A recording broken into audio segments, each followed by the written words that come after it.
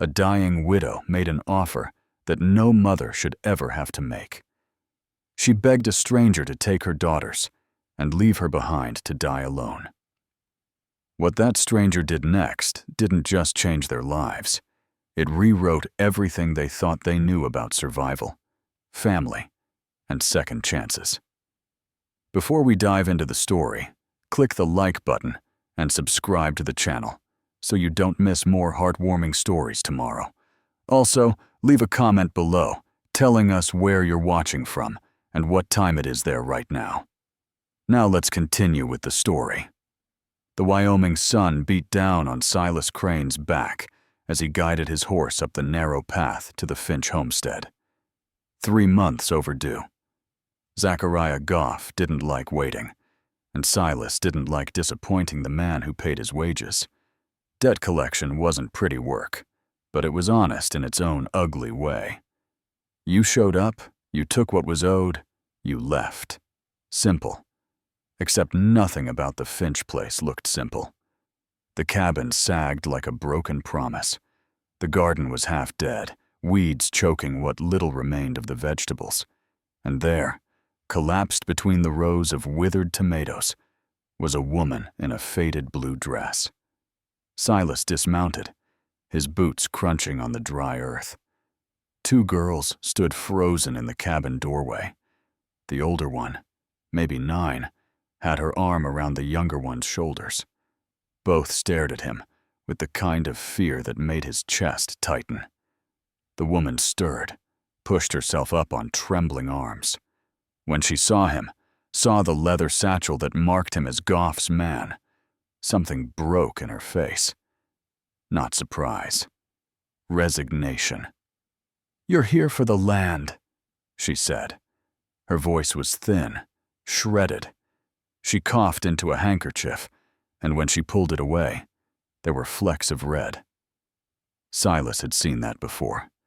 His sister, 5 years back. Consumption didn't negotiate. "Ma'am, I'm here to settle your account with Mr. Goff. 3 months past due, plus interest." Cordelia Finch laughed, bitter and sharp. "I don't have money. I don't have anything." She looked back at her daughters, and her eyes filled with something worse than tears. Determination. "But I can give you something." She struggled to her feet, swaying. Silas moved to steady her, but she waved him off. "Take my daughters," she said. The words came fast, desperate. "Take them to town. Find them work. Find them families. I don't care. Just let me die here on my own land. Please." The younger girl made a small sound, like a wounded animal. The older one stood silent, but her hand tightened on her sister's shoulder. Silas had collected debts for 3 years. He'd taken furniture, livestock, family heirlooms. He'd watched grown men weep and women curse his name. But nobody had ever offered him their children. Violet, the younger girl, stepped forward. In her small hands, she held a battered set of tin soldiers, paint-chipped, some missing limbs. "You can have these too," she whispered. "If it helps, Mama." Something cracked inside Silas Crane, something he thought the war had burned out of him years ago. He looked at Cordelia Finch, at her blood-stained handkerchief and hollow cheeks. He looked at Iris, standing like a soldier herself, ready to face whatever came. He looked at Violet, offering her most precious thing to save her mother. And he made a decision that would change all their lives. "Get your things," he said quietly. "All of you. You're coming with me." Cordelia stared at him like he'd spoken a foreign language. "What?" "You heard me. Pack what you can carry. We leave in 10 minutes. "I don't understand. You're taking us to Goff?" Silas shook his head. "No, ma'am. You're coming to my place, 15 miles north, up in the pine country." Iris finally spoke, her voice sharp with suspicion. "Why would you do that?" Good question. Silas didn't have a good answer. He knew what consumption looked like, knew the timeline. His sister Hannah had lasted 4 months after the first blood. This woman had weeks, maybe less. Taking her anywhere was just delaying the inevitable. But he'd watched Hannah die alone in a cabin that smelled like death and regret. He'd been too late then, still half drunk and wandering after the war ended. He couldn't give Hannah a different ending. Maybe he could give Cordelia Finch one. "Because I'm offering," he said. "You can accept, or I can ride back and tell Goff you've got nothing worth taking. Your choice." Cordelia's legs buckled. Silas caught her before she hit the ground, surprised by how light she was, how fragile. Up close, he could see she'd been pretty once, before poverty and sickness carved her down to bone and will. "Mama!" Violet ran to them. "I'm all right, baby. Just tired." Cordelia looked up at Silas. "If this is a trick?" "It's not." "Then why? Does it matter?" She studied his face, the scar that ran from his temple to his jaw, the flatness in his eyes that came from seeing too much. Whatever she saw there must have satisfied her because she nodded. "Girls, pack your clothes. The cooking pot. Your father's Bible." They moved fast, these Finch women. Iris wrapped everything in a quilt, while Violet gathered their few possessions. Within minutes, their entire life fit into 2 bundles and a small crate. Silas loaded everything onto his wagon. He helped Cordelia into the back, made a bed of hay and blankets for her to lie on. The girls climbed up beside her. As they pulled away from the homestead, Silas saw Boyd Kettleman watching from his fence line 200 yards east. Boyd's eyes followed the wagon, narrow and calculating. Silas knew Boyd. The man would sell information to Goff for the price of a whiskey, which meant Goff would know about this by sundown. The thought should have worried Silas, should have made him reconsider. But as the wagon rolled north toward the mountains, toward his isolated cabin, and whatever came next, he found he didn't care. Zachariah Goff had owned him for 3 years. Every ugly job, every family he'd displaced, every door he'd knocked on with bad news. Goff's money had kept him fed and drunk enough to forget the war. But watching Violet clutch those tin soldiers like they were made of gold, watching Iris position herself between her mother and him like a human shield, something shifted. He was done being Goff's weapon. Now he just had to figure out how to stay alive long enough to matter. The cabin sat in a clearing surrounded by pine trees so thick they blocked out half the sky.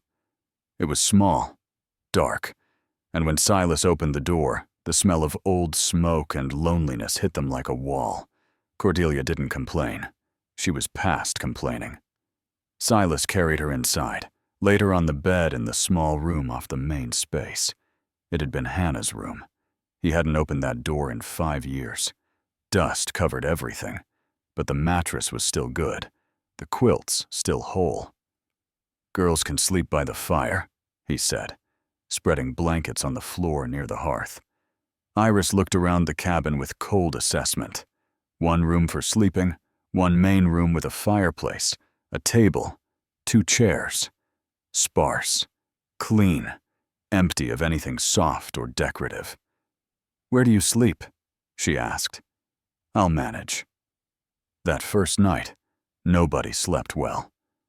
Cordelia tossed with fever, calling out for someone named Thomas. Silas learned later that was her dead husband. He sat in the main room, cleaning his rifle by firelight, listening to her struggle. Around midnight, Violet woke screaming. Silas was on his feet, rifle ready, before his mind caught up. No danger, just a child's nightmare. Iris was already there, holding her sister, rocking her. "Shh, Vi. It's okay. Just a dream." I saw the bad man. The one Mama owes money to. He's not here. We're safe. Violet looked past Iris to where Silas stood, uncertain, useless. Is he the bad man? Iris followed her sister's gaze. For a long moment she studied Silas. Then, quietly, she said, I don't know yet. Fair enough. Silas set the rifle down and went back to his chair. Over the next days, a strange rhythm developed. Silas hunted deer, chopped wood, kept the fire burning. Iris cooked with a competence that shouldn't exist in a 9-year-old. She made coffee, fried venison, rationed their supplies like a quartermaster. Violet tried to help, but mostly got in the way. She talked to the chickens in the yard, named them all, cried when Silas wrung one's neck for dinner. She followed him around, asking questions he didn't know how to answer. Cordelia drifted in and out of fever. When she was lucid, Silas made her drink willow bark tea for the pain, forced broth down her throat. She protested weakly, but swallowed. One evening, as he helped her sit up to drink, she caught his hand. Why are you doing this, Mr. Crane? He had no answer, or too many answers, because his sister died alone, because the war took enough, because Violet's eyes reminded him of something he'd forgotten existed. Does it matter? He finally said. It does to me. Her grip was weak, her hand thin as bird bones, but she held on. You're a better man than you let on, Mr. Crane. Silas pulled away gently. You don't know me, ma'am. I know you didn't have to do this. That's enough. That night, Iris spoke to him for the first time without suspicion hardening her voice. She asked how to trap rabbits. He showed her. Small progress, but progress. Violet found the rifle leaning against the cabin wall 3 days later. She ran her small fingers along the stock, traced the worn engravings. Were you a soldier? She asked Silas. He was splitting wood, shirt soaked with sweat despite the mountain cold. He paused mid-swing. Yeah. Which side? Union. Violet reached into her pocket and pulled out the tin soldiers. She lined them up on the porch railing with careful precision. My daddy carried these. He was a soldier too. Silas set down the axe. Something in his chest tightened. Confederate? Mama said he fought in a place called Shiloh. That's where he got shot the first time. He came home different after that, she said. Quieter. Then he went back and never came home again. Silas had fought at Shiloh. 2 days of blood and screaming in the Tennessee mud. He'd killed men there, watched friends die there. The battle had no winners, just survivors. What's your last name, Violet? Finch, but Daddy's name was Thomas Ware before he married Mama. Thomas Ware. The name meant nothing. Thousands of men fought at Shiloh. Thousands died. The odds of him knowing one Confederate soldier were slim, but the weight in his gut suggested otherwise. Silas knelt down, eye level with the tin soldiers. Some were painted blue, some gray. Battle lines blurred by a child's play. Your daddy was brave to carry these, he said quietly. Means he remembered what he was fighting for. Violet beamed. Mama said he fought for us, to keep us safe. The irony cut deep. Thomas Ware fought for his family and died leaving them with nothing. Silas fought for the Union and came home to nothing worth having. Different sides, same ending. Iris appeared in the doorway, silent as always, watching. That night, Cordelia was lucid for the first time in days. The fever had broken temporarily, leaving her weak but clear-headed. She watched Silas prepare her medicine with steady hands. You never answered my question, she said. Which one? Why you're doing this. Silas crushed the willow bark, mixed it with hot water. Had a sister, Hannah. Same sickness you got. I was too late to help her. So this is about guilt? Maybe. Does that change anything? Cordelia reached for his hand again. This time he didn't pull away. Her palm was hot against his scarred knuckles. My Thomas carried guilt too, from the war, from the things he did, the things he couldn't stop. It ate him alive even before the second bullet found him. She squeezed his hand. Don't let guilt be the only thing that keeps you alive, Mr. Crane. It's not enough. What is enough? She looked toward the main room where her daughters slept. Them. Me. People who need you to be more than your worst memories. Silas had no response to that. He'd spent 5 years being nothing but his worst memories. He didn't know how to be anything else. But sitting there in the lamplight, Cordelia's hand in his, he wondered if maybe it was time to learn. The knock came 6 days later, hard and deliberate. 3 sharp raps that said this wasn't a friendly visit. Silas grabbed his rifle and moved to the window. 5 horses in the clearing, 4 hired guns flanking a man in an expensive coat. Zachariah Goff didn't make house calls unless he wanted something badly. Stay inside, Silas told Iris. No matter what you hear. He stepped onto the porch, rifle held across his chest. Casual, but ready. Goff smiled, all teeth and no warmth. Silas, been looking for you. Missed our last 3 appointments. Been busy. So I heard. Boyd Kettleman tells an interesting story. Says you collected the Finch woman and her girls. Brought them here instead of bringing me my money. The woman's dying. Debt dies with her. Goff's smile widened. That's not how it works. The land's still worth something. Those girls will need feeding once their mama's gone. Debts have a way of passing down. Not this one. One of Goff's men, a thick-necked brute named Cutter, shifted in his saddle. His hand rested near his gun. Silas tracked the movement without looking directly at it. You're making this complicated, Silas. We had an arrangement. I pay you, you do the work. Simple. Consider the arrangement finished. The clearing went silent except for the wind through the pines. Goff's smile finally disappeared. You quitting on me? I'm done taking from people who have nothing left to give. Conscience is expensive, Silas. Can you afford it? We'll find out. Goff leaned forward in his saddle. You think 3 years of loyal service buys you the right to walk away? You know things about my business, about how I operate. That knowledge makes you dangerous. Only if I talk. And what stops you from talking?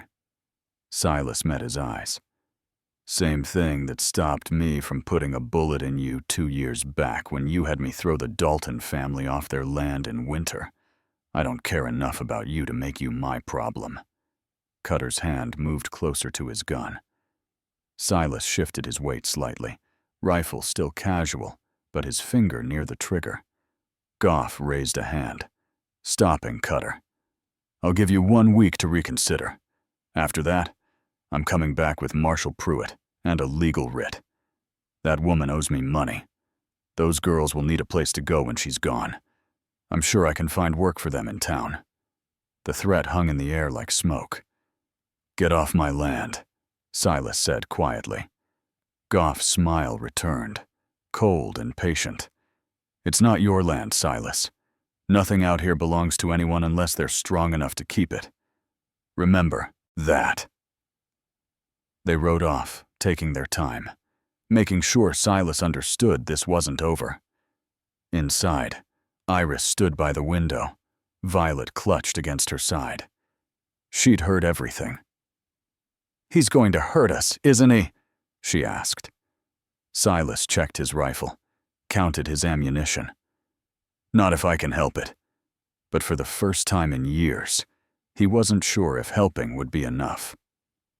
2 days after Goff's visit, Cordelia had a moment of clarity that cut through the fever fog.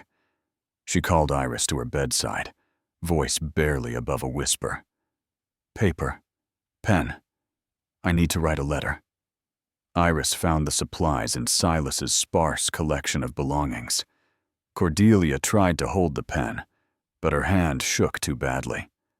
"You'll have to write it for me, sweetheart."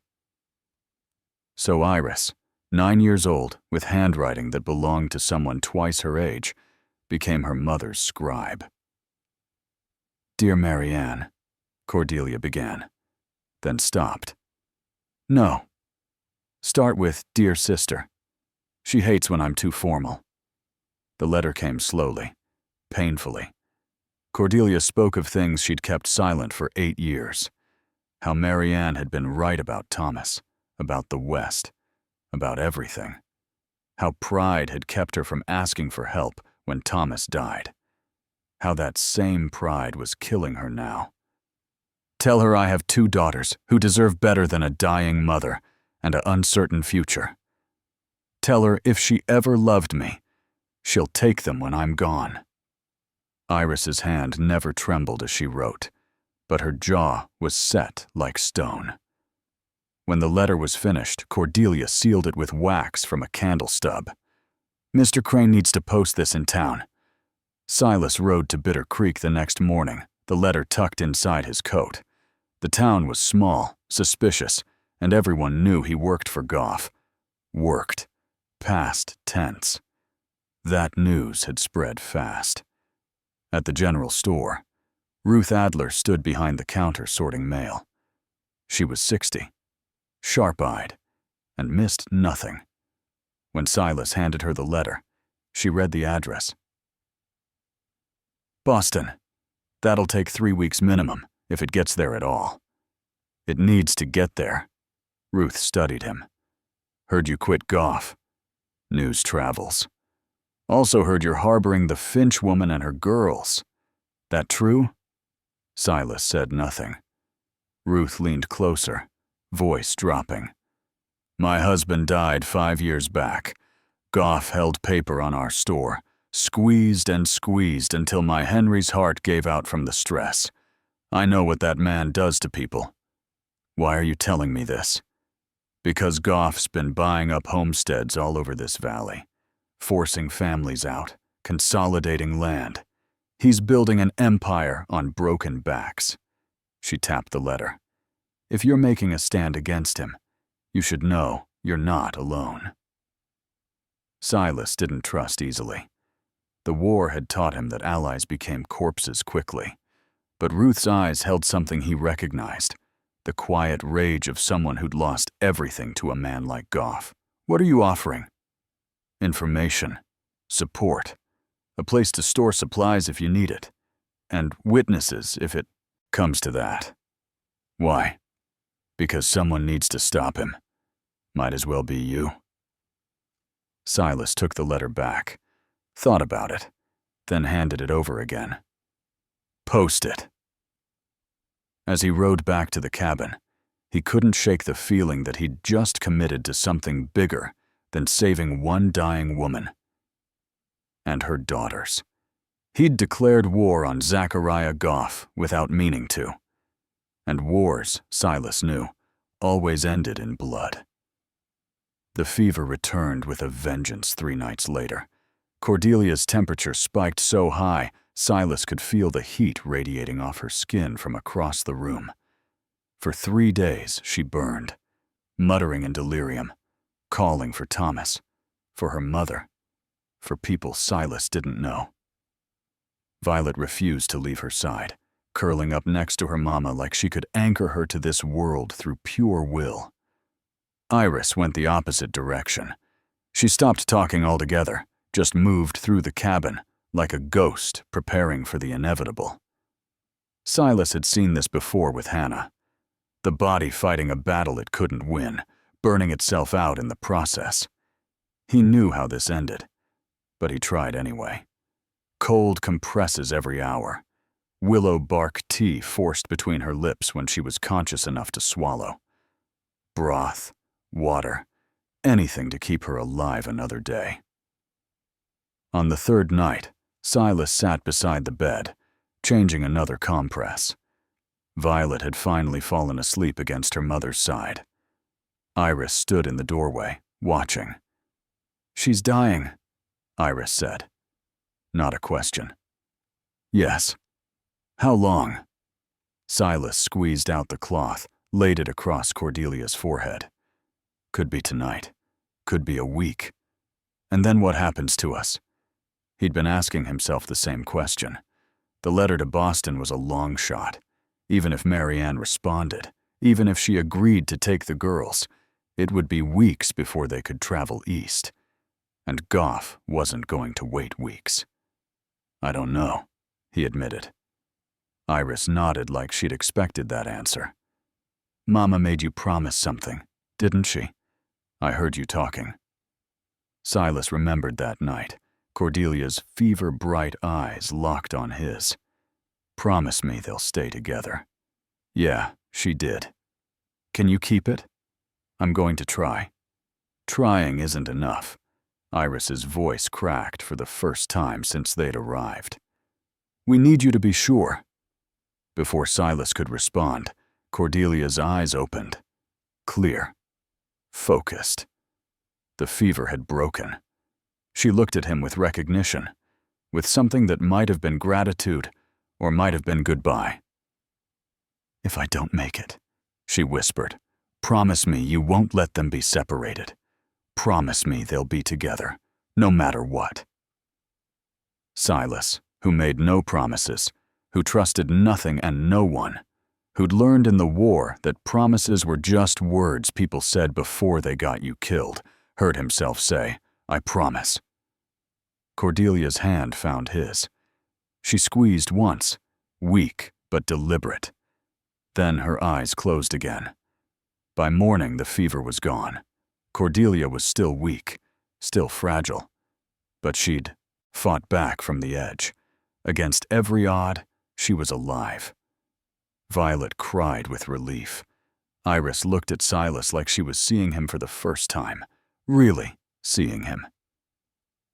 Thank you, she said quietly. Those 2 words hit harder than any bullet Silas had ever taken.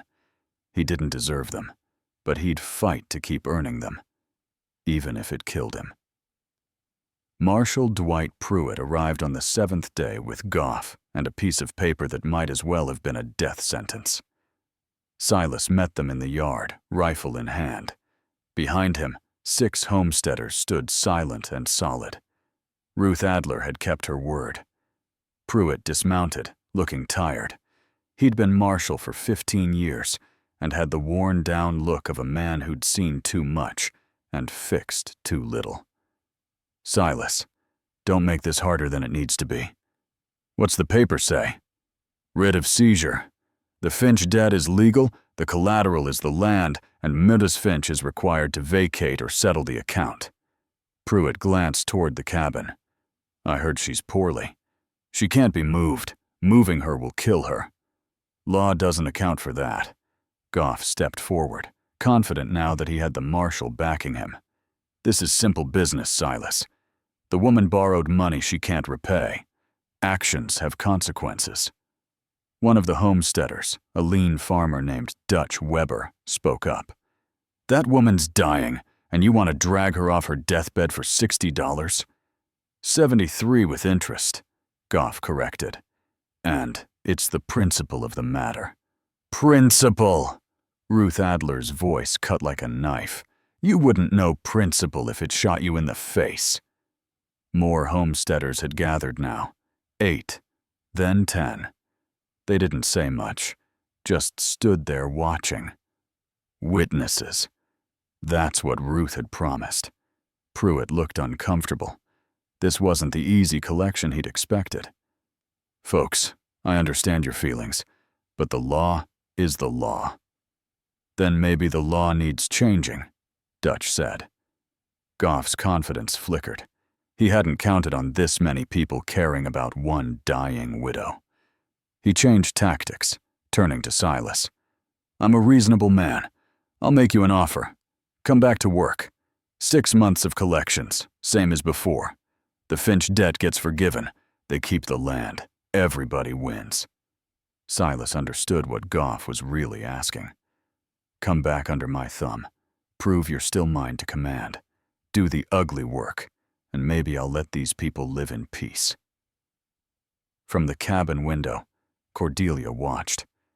Even from a distance, Silas could see her shaking her head.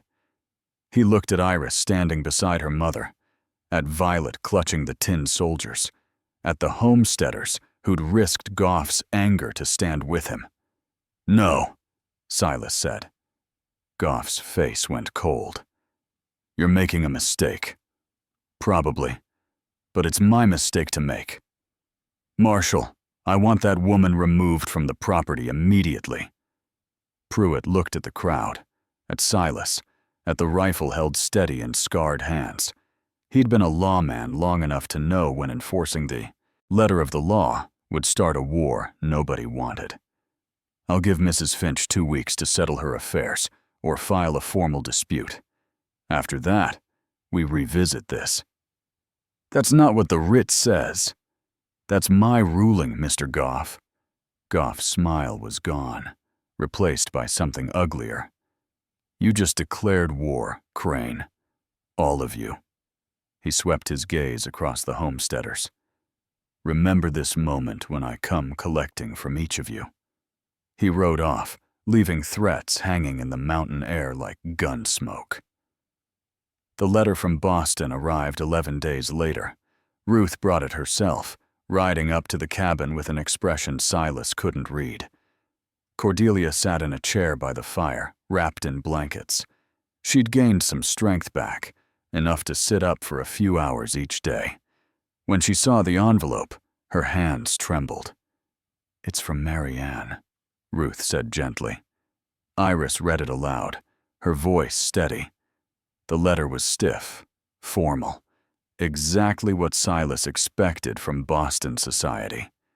Marianne expressed regret about Cordelia's condition. She offered to take Iris and Violet, provide them with education and proper upbringing. There would be rules, expectations, a chance at respectability. There was no mention of Cordelia coming. Marianne assumed she was already dead, or soon would be. When Iris finished reading, silence filled the cabin. "It's what I asked for," Cordelia said quietly. "Safety, a future, everything I can't give them." Violet looked up from where she'd been playing with the tin soldiers. "I don't want to go to Boston." "Vi, you don't understand. I understand Mama's here. Mr. Crane is here. This is home now." Iris set the letter down. "I'm not going either." Cordelia's eyes filled with tears. "Girls, this is your chance." "No," Iris's voice was firm. "We're not leaving you, and we're not leaving him." She looked at Silas. "He promised we'd stay together. That means all of us." Silas felt something shift in his chest. He'd made that promise thinking it meant keeping the girls together after Cordelia died. He hadn't considered they might want to include him in that equation. Ruth cleared her throat. "There might be another option. I've been asking around about that debt situation." She pulled out a folded document. "There's a homestead provision. If Silas married Cordelia, the debt would transfer to joint property. Goff's claim would require a lengthy court battle to sort out ownership." The cabin went silent. "That's insane," Silas said. "It's strategic," Ruth countered. "Buys you time, makes Goff's legal standing murky enough that Pruitt won't enforce the writ." Cordelia stared at the fire. "You can't ask a man to marry a dying woman out of legal convenience." "I'm not asking. I'm presenting options." Iris looked between them. "Would it work?" "Probably. For a while." Violet tugged on Silas's sleeve. "Would that make you our papa?" The question hung there, innocent and devastating. Silas had no answer. He'd been a soldier, a drunk, a debt collector. He'd never been anyone's father. Never wanted to be. But looking at these 3 Finch women, at Cordelia sitting straighter than she had in weeks, at Iris calculating odds, at Violet hoping for something she couldn't name, Silas realized he'd already made his choice back in that withered garden. He just hadn't admitted it yet. "It might work," he said slowly. If Cordelia agrees. Cordelia met his eyes. Are you sure? No. But I haven't been sure about anything since the war ended. This feels less wrong than most things I've done. It wasn't romantic. It wasn't even particularly kind. But it was honest, and somehow that mattered more. Goff didn't wait for the legal maneuvering. He came with hired guns 3 days later, 8 men armed, and ready to take what he believed was his. But Silas had spent those 3 days preparing. Ruth had rallied every homesteader who'd felt Goff's squeeze. They met the riders on the road to the cabin, 15 strong, armed with rifles, and the kind of quiet determination that comes from having nothing left to lose. Marshal Pruitt was there too, positioned between the two groups. His hand rested on his gun, but his face showed exhaustion, not aggression. Mr. Goff, I'm advising you to turn around. That's my land up there, Marshal. My money. That's disputed property now. Mrs. Finch married Silas Crane 2 days ago. Joint ownership changes everything. Goff's face went red. That's a legal fiction, and you know it. Maybe. But it's a fiction that'll take months to sort out in court. You fire one shot here, start a range war over $73, and the territorial judge will bury you in paperwork and fines. Cutter, Goff's lead gun, shifted his weight. His hand moved toward his weapon. Dutch Weber raised his rifle. The moment balanced on a knife edge. Then Pruitt did something unexpected. He stepped directly between them. I'm tired, he said quietly. Tired of watching men kill each other over money and pride. Tired of enforcing laws that only protect the powerful. Someone shoots today, I arrest everyone. Goff, your men, these homesteaders, all of you. Let the judge sort it out. Goff stared at him. You work for the territory. I work for the law, and the law says you don't get to start a war without consequences. For a long moment, nobody moved. Then Goff yanked his horse around. This isn't over, Crane. Yes, it is, Silas said. Find someone else to bleed. They rode off, and the homesteaders watched them go with rifles still ready. Back at the cabin, Cordelia sat on the porch, wrapped in blankets. Color had returned to her cheeks. Not much, but enough. She'd been eating, keeping down food, fighting her way back from death's door, one small victory at a time. Iris and Violet played in the dirt with the tin soldiers. Blue and gray mixed together now, old enemies forgotten in a child's game. Silas climbed the porch steps, rifle still in hand. Cordelia looked up at him, this scarred stranger who'd become her unlikely husband. It's over? She asked. For now. She reached for his hand. He let her take it. Whatever this is, Silas, thank you. He sat beside her, watching the sun set over the pine trees. He didn't know if what he felt was love or just the absence of loneliness. Didn't know if Cordelia would survive the winter or if Goff would find another way to hurt them. But sitting there with her hand in his, watching two girls play like children should, Silas understood something the war had tried to beat out of him. Family wasn't blood. It was the people you chose to stand with when everything fell apart.